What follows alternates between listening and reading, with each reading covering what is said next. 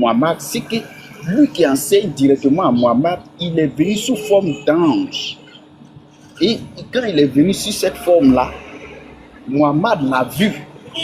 Parce que Muhammad est son serviteur. Tu ne peux pas me dire que Muhammad a 2 serviteurs. Tu ne peux pas me mentir. Nous tous, partout qui a demandé, Muhammad est serviteur de qui? Ils vont te dire c'est serviteur d'Allah.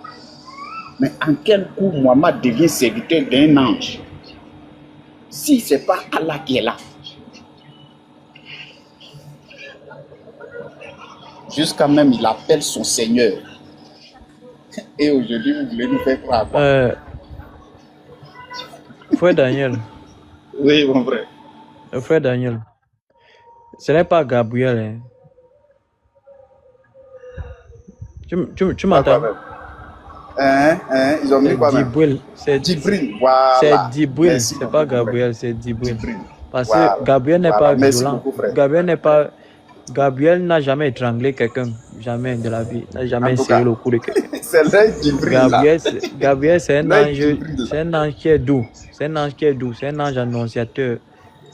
Il n'est pas là pour étrangler les gens 3 fois. Tu vois un peu. Donc, ce n'est pas Gabriel. Voilà. Je me suis trompé. Rectificatif. Ok. En tout cas, il rectifie ça. Je me suis trompé de nom. C'est Djibril. Votre ange qui s'est présenté dans Surah 53 là, c'est Djibril. Parce que si tu dis que c'est Allah dans Surah 57, c'est lui qui est en train d'enseigner directement Muhammad, on va voir, parce que là-bas, il est en train de parler, mais on ne voit pas le nom. Mais quand on prend Surah 53, le nom est mentionné. Djibril, son nom est sorti. Parce qu'il est écrit là-bas noir sur blanc.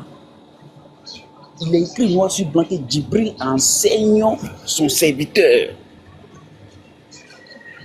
Or, nous tous, on sait que le serviteur, c'est Muhammad. Et Muhammad est le serviteur d'Allah. Dans ce cas-là, Djibril est qui pour Muhammad? C'est pourquoi, au verset 18, il appelle son Seigneur. C'est clair. C'est clair.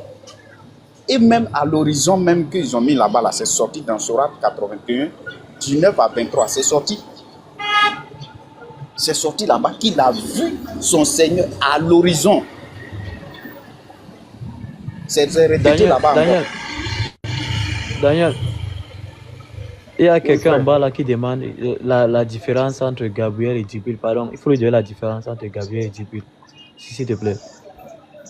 Ah, mais tu as déjà dit ça. Gabriel, c'est un ange qui est doux, c'est un ange du Seigneur. Ce n'est pas Djibril, vos Djibril que vous le poursuivez, qui sert beaucoup de jours aux nuits là. Ce n'est pas ça. Gabriel, c'est lui qui est venu annoncer la naissance de Jésus-Christ à Marie. Ce n'est pas vos Djibril qui allez voir Marie.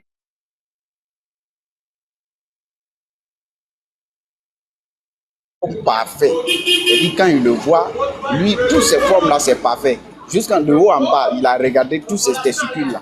Ce n'est pas ça. Ce n'est pas ça. Nous, notre ange là, c'est pas pour. C'est lui qui est Gabriel. Pour vous là, c'est Djibril. C'est seulement une faute qu'il a fait à partir de là. Donc, c'est une faute qui est rectifiée. Mon frère m'a interpellé, j'ai rectifié. Voilà. Pour vous là, votre Seigneur, votre Allah, c'est Djibril. Que vous ne voulez pas, on a vu ça dans le Coran elle-même. Le Coran a affirmé ça.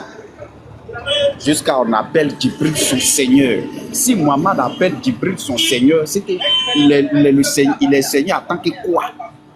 Quand on va descendre dans Surah 69 à partir du verset 40, il va nous bien expliquer. Mon frère Mike, est-ce que tu as le Coran là? Tu allais me prendre Surah 69 à partir du verset 40. Quand on va descendre, on va voir ce Seigneur là.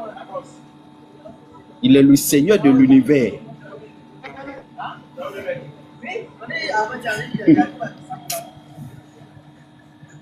Bon les gars, je vais devoir vous laisser. Je dois aller quelque part. Je vais lancer un live demain. Okay. Merci beaucoup. Vraiment, merci beaucoup. Merci pour tout. D'accord. Voilà. Je vais lancer un live demain. On va se prendre, on va mieux échanger. Ok, bonne soirée à vous.